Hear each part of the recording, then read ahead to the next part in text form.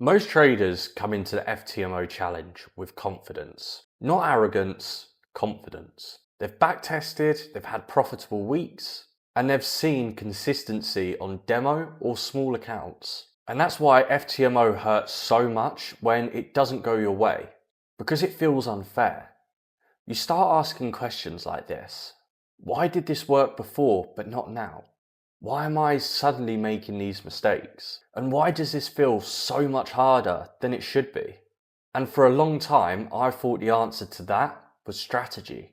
I thought I needed to tweak my entries, refine my strategies, and add all sorts of different filters. But the truth is, none of that solved my problems. Because doing a challenge doesn't change the market, but it changes how you behave inside the market.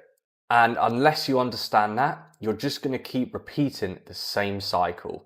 Confidence, pressure, mistakes, and repeat. That's what this video is really about. So I've been through the FTMO process more times than I can even remember. I've passed challenges, I've failed challenges. I've passed a verification, I've failed verification. I've had live accounts and I've blown those accounts. I've adjusted and I've come back again. All across different account sizes, different market conditions, and different emotional states. And across all that, I've passed around 14 FTMO challenges by now. And I want to say something important here. Passing an FTMO challenge doesn't teach you much. Passing it multiple times and failing after you thought you cracked it, that teaches you everything. Because you realize something uncomfortable. The rules never change, the platform never changes, and the market doesn't suddenly become unfair as soon as you buy yourself a challenge account. What changes is you, and that's where most traders lose the battle.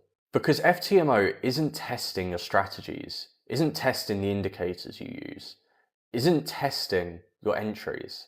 And that's hard to accept because strategy entries, they all feel like control, they all feel like skill.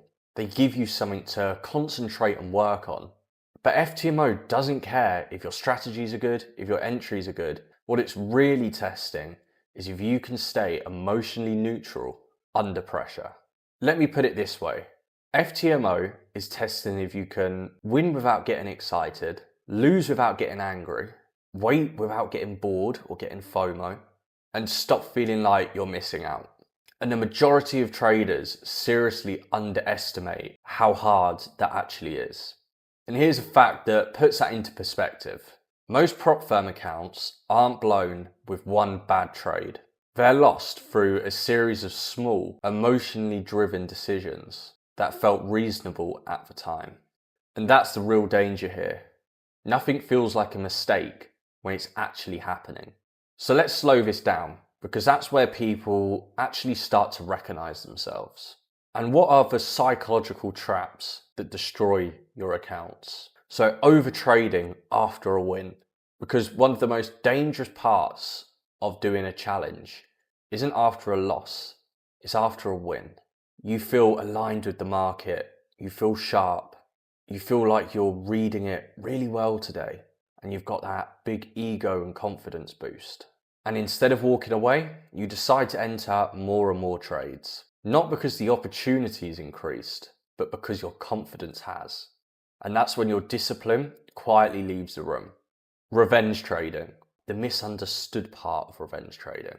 Most traders don't revenge trade to try and make money back. They revenge trade to remove the feeling of being wrong. Loss creates discomfort.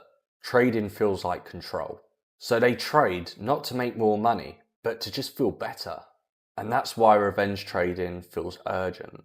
And then increasing your risk, but silently. Because nobody suddenly just doubles their risk. It comes in really sneakily in these sentences that you say to yourself. Just this once, I'll reduce it later, or this setup's cleaner, so I'm going to double my risk on this one, or I'm going to increase my risk slightly. So that risk then sneaks in, it creeps up because it feels justified at that time. And that's why it's so dangerous. So you need to learn to stay really strict within your risk management with the lot sizes that you're using and where your stop losses are placed. and trying to pass too quickly. This is where the FTMO challenge really breaks people. The profit target, it is achievable, and you have unlimited time to pass the challenge. But the moment traders start thinking about trying to pass it as quickly as possible, this is where everything changes and you start to make huge mistakes. You stop trading what you see and you start trading what you want. So for example, you might be 8% in profit, you only need 2% more to pass the challenge. You see a new trade and your take profit target is at 1.5%. But what you'll do, you'll increase that profit target to 2% to try and pass the challenge in that one trade. What happens? That trade hits to around 1.5% where you said it was going to hit, and then it retraces back down.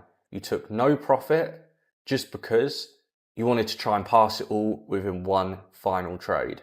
And this is where it gets you most of the time. Because of the profit targets, you want to try and hit them as quickly as possible. You want to try and start getting payouts as quickly as possible. But you have to trade what you see, not what you want. And then daily drawdown pressure. Most challenges that I've failed, and my other friends have failed as well, isn't because they've hit the max drawdown that you can have on the account, which is 10%. It's because they've hit the daily drawdown. And you fail more on a daily drawdown because emotions are intraday feelings. So one bad decision becomes two become three. Before you know it, you're revenge trading, over risking. And then you place that one final trade, which is right near your daily drawdown.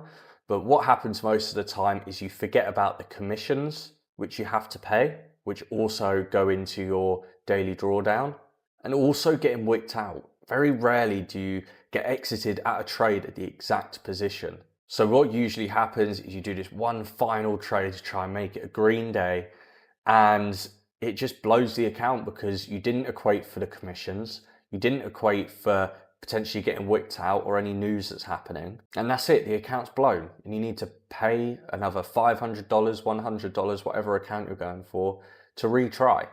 But if you just waited one day, you wouldn't have blown that account, and you could potentially had a good trade the next day and got yourself back in the game. But you don't think like that. And that's the pressure of these daily drawdown limits. So here's the uncomfortable truth. Most traders already understand risk management intellectually. They just don't know how it feels emotionally. Because small risk feels slow, fewer trades feels unproductive, and flat days feel like wasted time. But here's the reframe that changed everything for me. Flat days are not neutral days.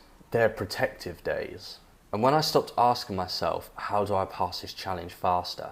And started asking myself, how do I make this challenge really hard to lose? Everything changed. And here's what it looked like in practice.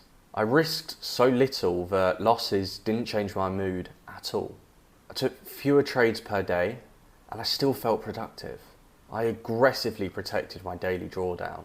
I got nowhere near any of the limits. And I just walked away, even if I felt right. If I took a win for the day or a loss for the day, that's it. I am done. I'm not trading again. If the market's consolidating all day, I'm just walking away.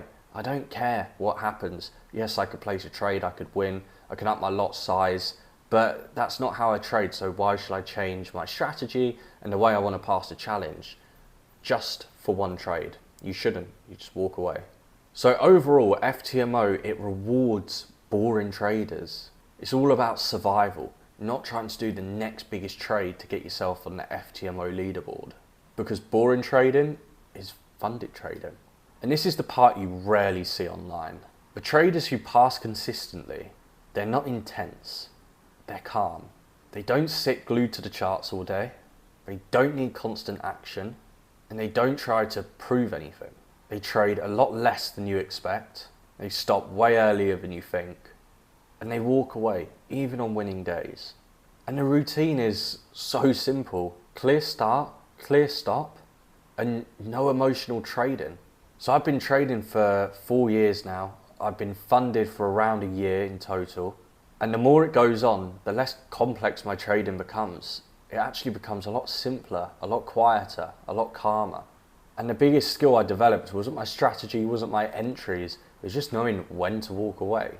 So if I was going to start an FTMO challenge today, knowing everything what I know now, I'd stop watching strategy videos, I'd stop tweaking things that already work, and I'd stop chasing the days where I felt brilliant, I felt like I had a lot of confidence. Instead, I'd focus on consistency over excitement, protecting drawdown over profits, and showing up the same way every single day. Because here's the reality, passing an FTMO challenge doesn't make you feel special. Keeping the account does. So FTMO, it isn't a strategy test, it's purely a behavioural test to see if you have what it takes emotionally to pass these challenges.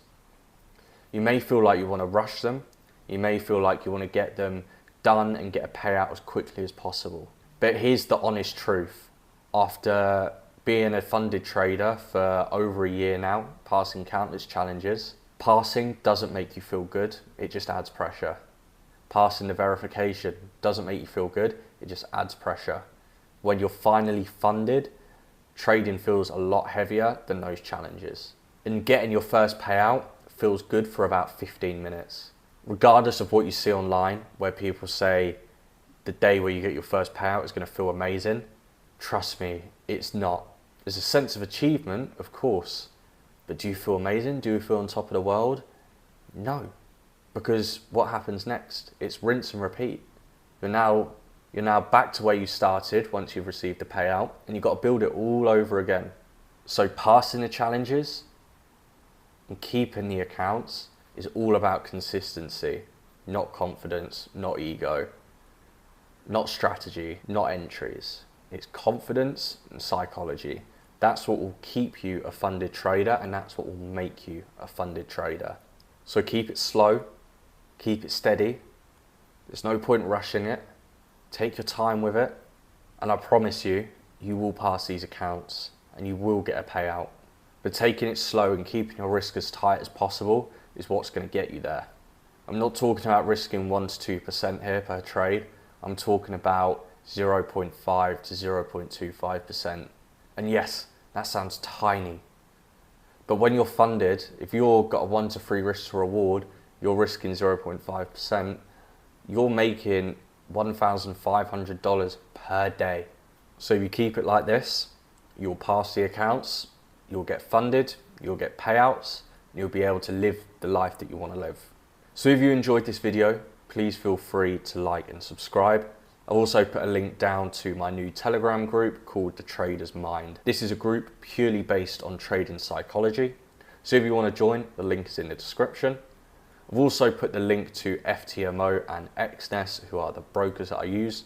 So if you do want to jump on any of those, again, click the link below. So thank you very much for watching. I wish you all the best with passing your challenges and staying funded. And I'll see you tomorrow in the next video.